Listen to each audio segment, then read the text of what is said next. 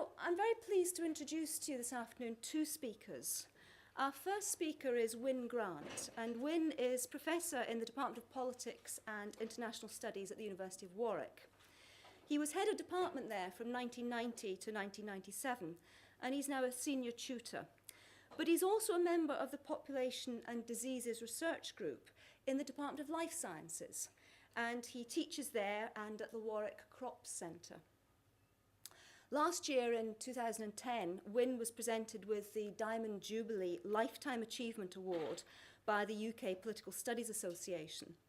He's recently published a monograph looking at a history of the Political Studies Association, as well as a collaborative publication on biopesticides. There are also some intriguing references to the political economy of football on his website, so he might be persuaded to talk about that later. I know Wyn's work through his links with the Rural Economy and Land Use programme, and he's going to talk this afternoon about some of his experiences with those projects. Our second speaker is Dr. Andrew Barry. Andrew is reader in the School of Geography and the Environment, and he's a fellow of St Catherine's College at Oxford. Andrew has an interest in the role of expertise in political and economic life, and STS colleagues may be familiar with his book, Political Machines, Governing a Technological Society, which I think was published in 2001. I became familiar with Andrew's work through his ESRC-funded project, which was a collaboration with Marilyn Strathern and Georgina Bourne at Cambridge University. And this was on interdisciplinarity in society, and it was a comparative study of interdisciplinary research involving a survey of some major interdisciplinary collaborations worldwide.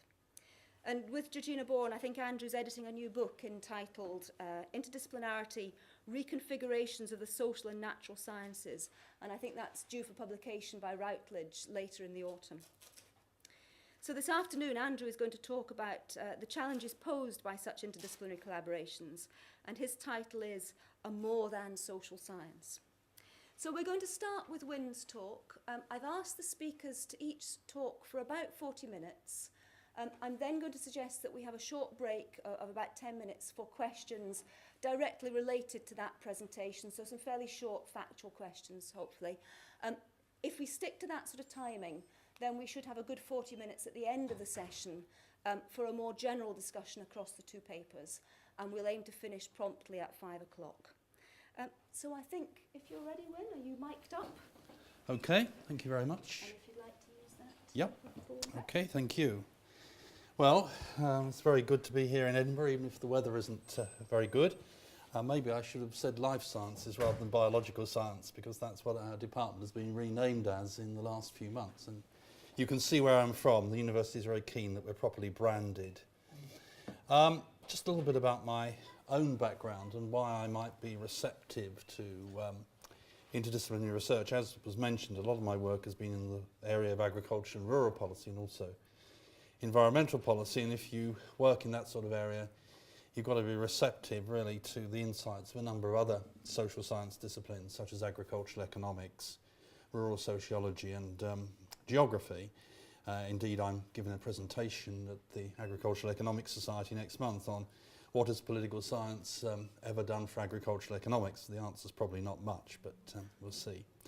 But, you know, in that sort of area, working on agriculture, rural and environmental issues, political scientists are really in a minority in that area of work. Within the RELU programme, there's certainly relatively few political scientists, so you have to be attuned to working with other disciplines. Just to remind ourselves, first of all, I think why we might want to do interdisciplinary work and why it might be important. As Popper said in 1963, we are not students of some subject matter, but students of problems. And problems may cut right across the borders of any subject matter or discipline. We don't want to be confined by those disciplinary barriers in trying to solve problems. I've just offered a definition of interdisciplinarity which comes from a political scientist here, Axelrod. I mean, obviously there are lots of definitional questions in this area. People use terms like multidisciplinarity, transdisciplinarity. They don't always use these terms necessarily very consistently. And I mean, political scientists, once they get a definition, are like dogs with a bone.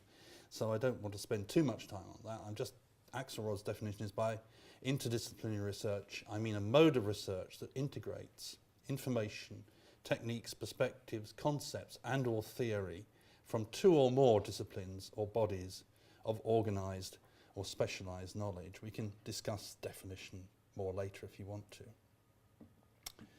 Why interdisciplinarity? Well, I think a lot of the big policy challenges we face in the world today really require political science in particular to work effectively with other disciplines. We certainly, if we're interested in public policy, can't come up with anything like workable solutions unless we engage in a meaningful dialogue with those other disciplines. If we think of problems like climate change, which is a massive problem confronting the world, all the issues relating to GM technology or stem cell research, I think all of those things, and those are just examples, require an interdisciplinary approach.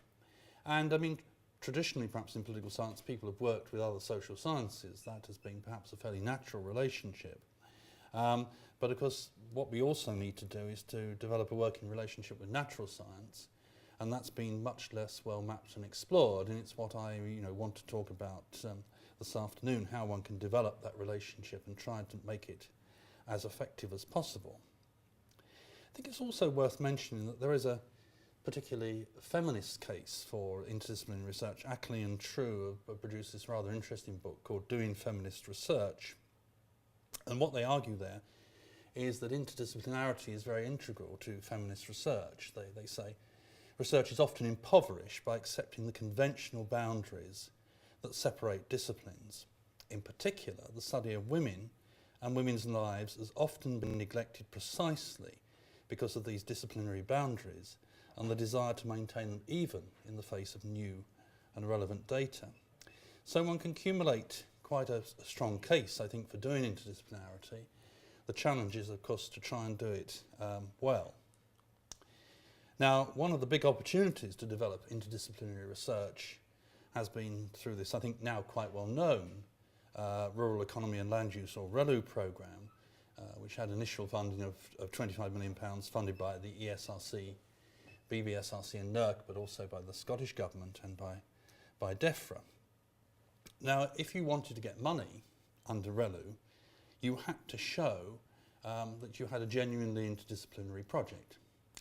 And I think people became seriously committed to this notion of interdisciplinary work, and it wasn't just a case of groups of people from disciplines getting together, putting together a research funding proposal, and then forgetting about the interdisciplinary element once they'd started work on the project. I think people have been seriously committed to developing interdisciplinary methodology and to facing up to the challenges of interdisciplinary working. And indeed, when the final RELU conference is held in the autumn in Newcastle, I think the RELU is going to award some prizes for what they think are the best examples of interdisciplinary working. So it has brought together social and natural sciences, I think, in quite an effective way that hasn't really been done perhaps to that extent before. And I think the research councils remain committed, as far as I can see, even with reduced funding, to that kind of approach. So in relation to things like food security, there's very much an emphasis, and I think rightly so,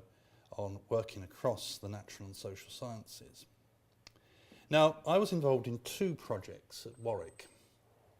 The first of these, I was actually the principal investigator, and it was a project on the regulatory and environmental sustainability of biopesticides. That is to say, biocontrol agents are alternatives to synthetic pesticides. Synthetic pesticides are both becoming less available because of commercial and regulatory reasons, and also there is a demand for more environmentally friendly biological control products which can be used for plant protection. But it's evident that there have been not just scientific challenges in this area, but also quite substantial regulatory challenges, that there are regulatory barriers to the wider adoption of these biopesticides with biocontrol agents. So what we had there, and this was a simpler project than the second one I'm going to talk about, because essentially on the one side you had political scientists with an interest in regulatory affairs, myself and my research fellow. On the other side, essentially microbiologists and particularly entomologists working on interactions between plants and insects. So you really just got two disciplines and two aspects of disciplines there. And a particular opportunity arose at Warwick because the university acquired HRI International, which was originally a DEFRA government research station. And DEFRA didn't want to retain that research station anymore, wanted to hand it over to the university in effect. And I was tasked by the Vice-Chancellor at the time to undertake collaborative activity, to go down to Wellesbourne, 15 miles from the main campus where this activity was located, and try and work up collaborative research projects with the plant scientists down there. So I had a special responsibility for this, and it was very opportune that just at the moment that I was doing that, I'd started to talk to various people down there, find out what they were doing, and to explore research possibilities and common areas of interest, that along came RELU. And given that some of the people there have been working for some time on biopesticides but have been frustrated by the regulatory obstacles to the wider adoption of those products, this was a golden opportunity for us, and we obtained the funding.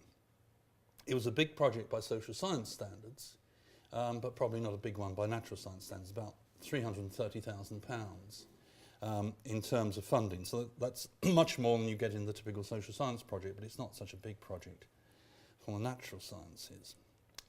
Now, RELU 3, that's to say the funding we had in the third phase of RELU, was much more complex. It was over £1 million of funding. In this case, I was the deputy principal investigator in this project. And this was a project on the governance of livestock diseases, or GOLD as we call it. And actually what we're looking at is not livestock diseases in general. We're looking at 6 diseases of cattle, endemic diseases of cattle, and the interrelationship between those diseases, both in scientific and other terms. Now, I think this project has undoubtedly been more challenging. I've got to be a bit careful what I say because we are being recorded today. I think part of it is just the size of the project, that you've got a total of 9 team members, and if it had been 9 political scientists, I think it would have been quite a challenge to manage. I mean, 9 political scientists would probably start to fight like cats in a sack, really. But when you add to that the large and diverse mix of disciplines, it does become, I think, a bigger challenge than the first project, where we just had 2 disciplines that had to relate to each other.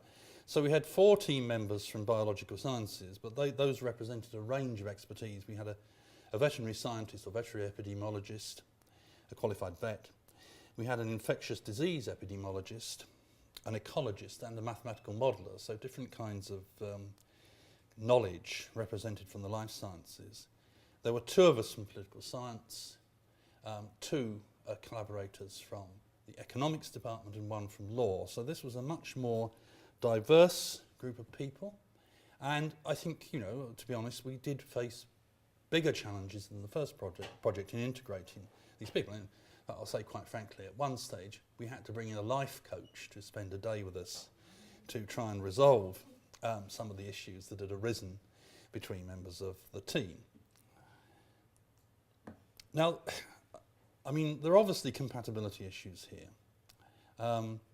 Lynn Ostrom, the Nobel laureate in economics, has said the ecological and social sciences have developed independently and do not combine easily. Norgard has observed, studies in the environmental sciences rarely make linkages to the social system. Even those from interdisciplinary programs had not systematically ventured across the fragmented fields of science. So there are some very real intellectual challenges here which have to be faced up to. I mean, I wouldn't underestimate the nature of those challenges. And there is, of course, a risk. I mean, I think one of the things that sometimes concerned the natural scientists was that we, on the social science side, were perhaps a bit too hasty in coming to conclusions and a bit too anecdotal, and that could be broadened out to the fallacy of hasty generalisation. I mean, I think part of the problem was simply the way in which I work, that I do work deductively to some extent, but also when I've got a set of data for the first time, what I also tend to do is to look at it rather inductively and sort of tease out some very preliminary hypotheses, which I don't necessarily think will be what we're going to come to as a conclusion at the end of the project, but they're a first attempt to try and make some sort of sense of the data and see if we can test those hypotheses and if they're sustained by the data.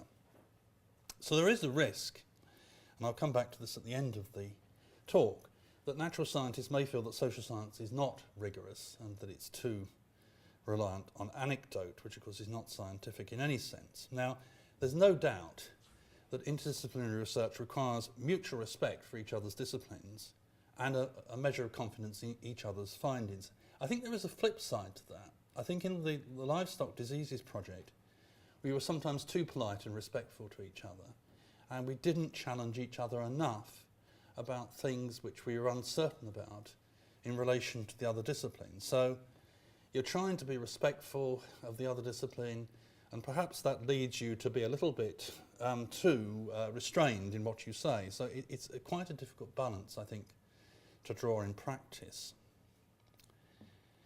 Now, I think, in a sense, biology or life science is probably the natural science that it's easiest for a political scientist to actually relate to. A lot of biology, as I understand it, is about the interaction between an entity and its setting.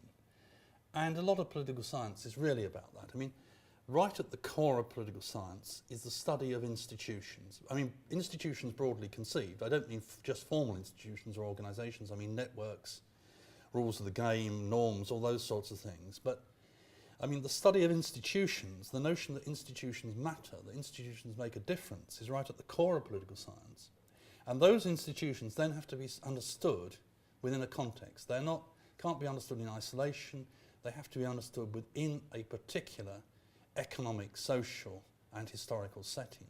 So in that sense, there is a broad parallel between these two subjects, I think. And it's interesting, Bill Mackenzie was one of the leading pioneers of political science in Britain, a Scot, and he wrote a very classic survey of political science of the subject way back in the 1960s, but a very influential book. And his first chapter is the biological context. I mean, he says you have to start with the biological context. And there's been a lot of borrowing of models from the life sciences across into political science. For example, punctuated equilibrium models, which are quite popular in American political science, have their origins in evolutionary biology. Now, I think it could be harder with other disciplines.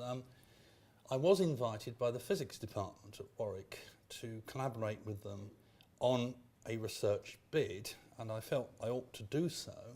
But in some ways I was relieved when we didn't get funded, because quite frankly, I couldn't understand what they were talking about half the time. I mean, I tried to get my head around things like string theory, but I found it quite difficult.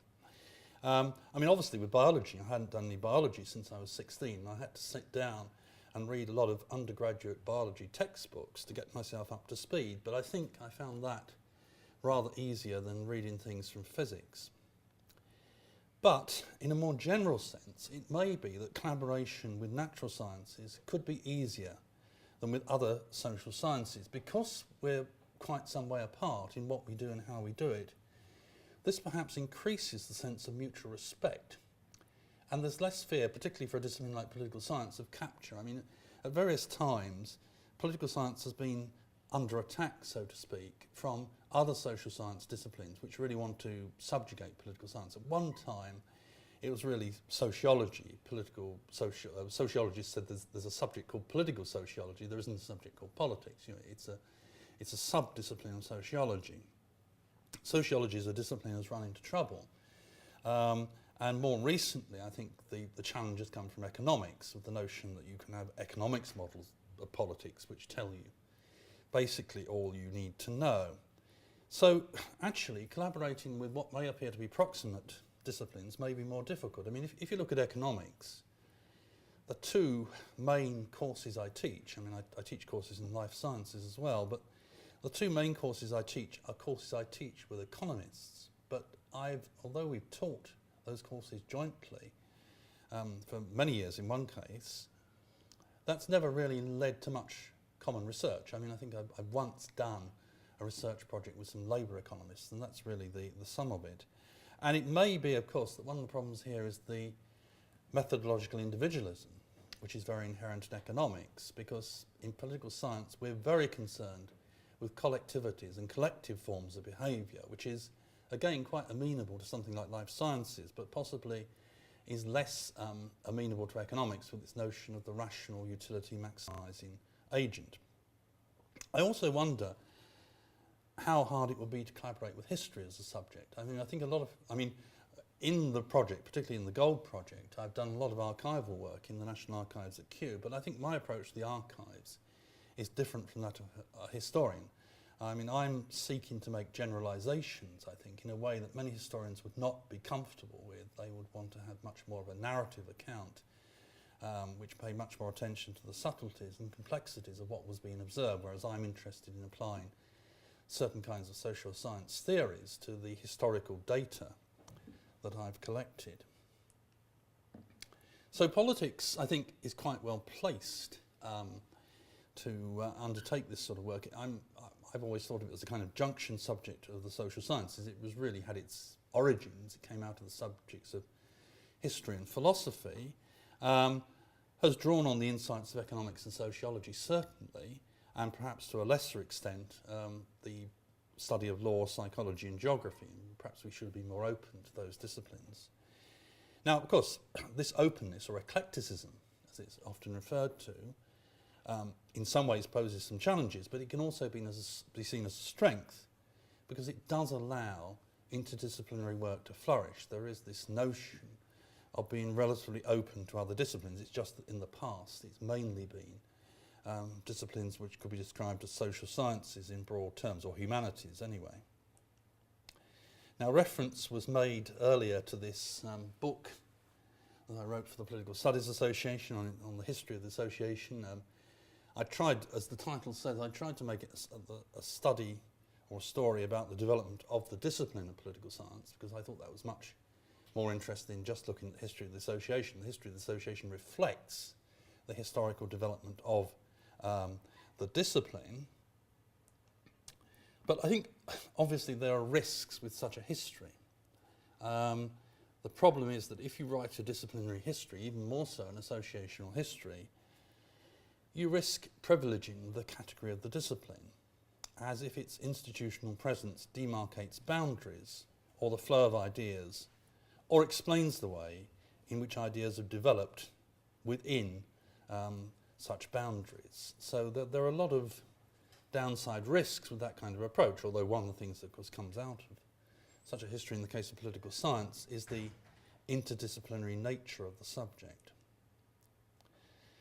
Now, certainly there are a lot of doubts about the discipline of political science.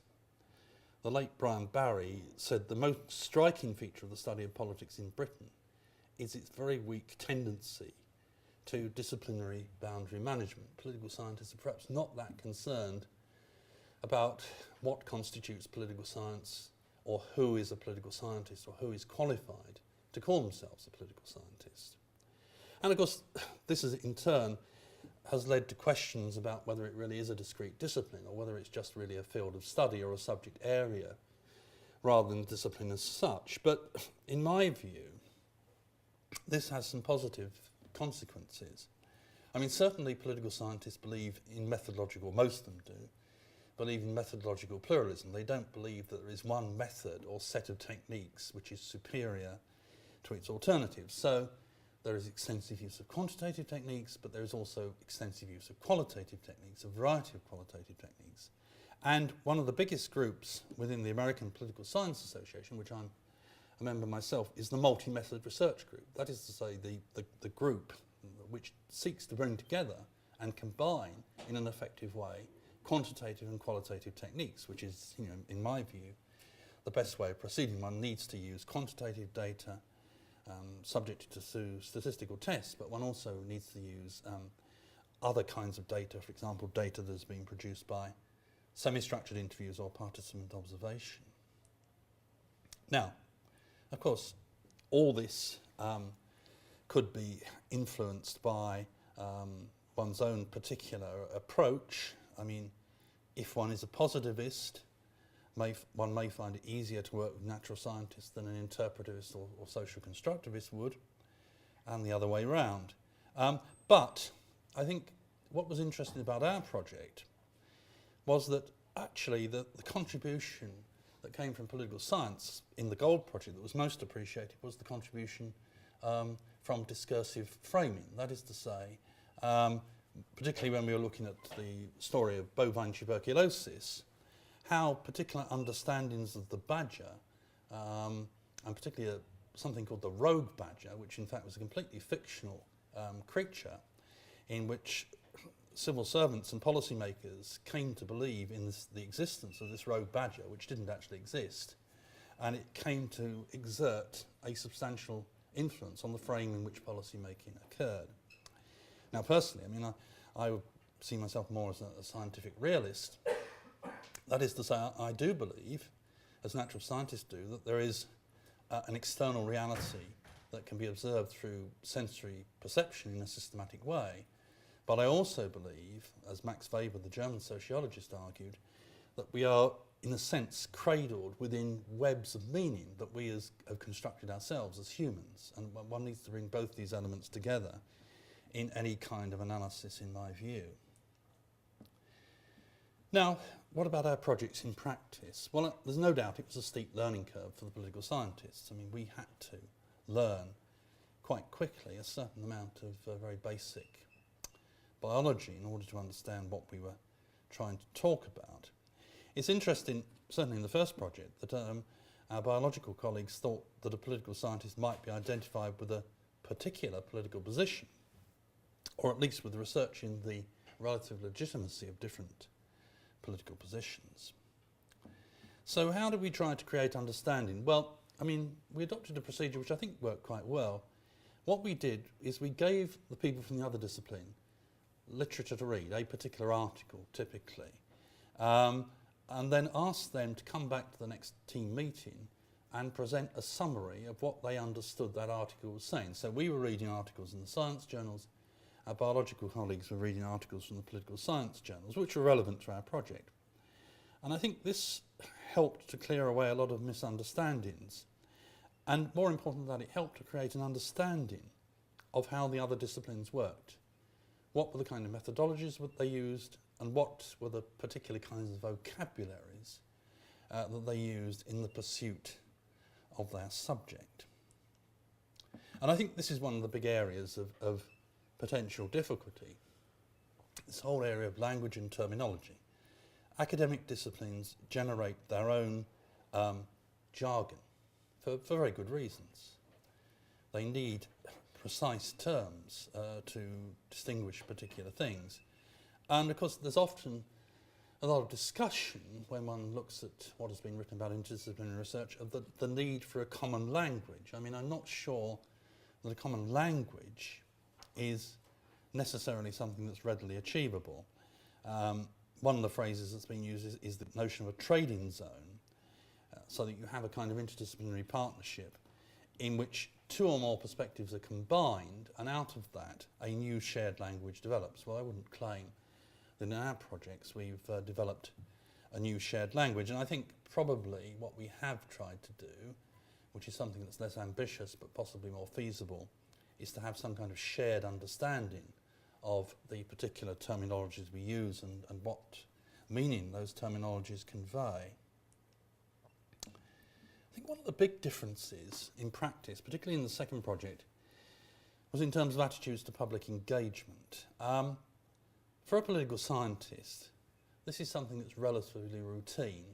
I guess in a typical week, I would be asked either, by the print media to comment on something, typically by one of the wire services. Reuters often ring me up when there's some sort of political event, or the main French press agency often ring me up. And perhaps once every week or two I would be asked to go on radio to comment on something.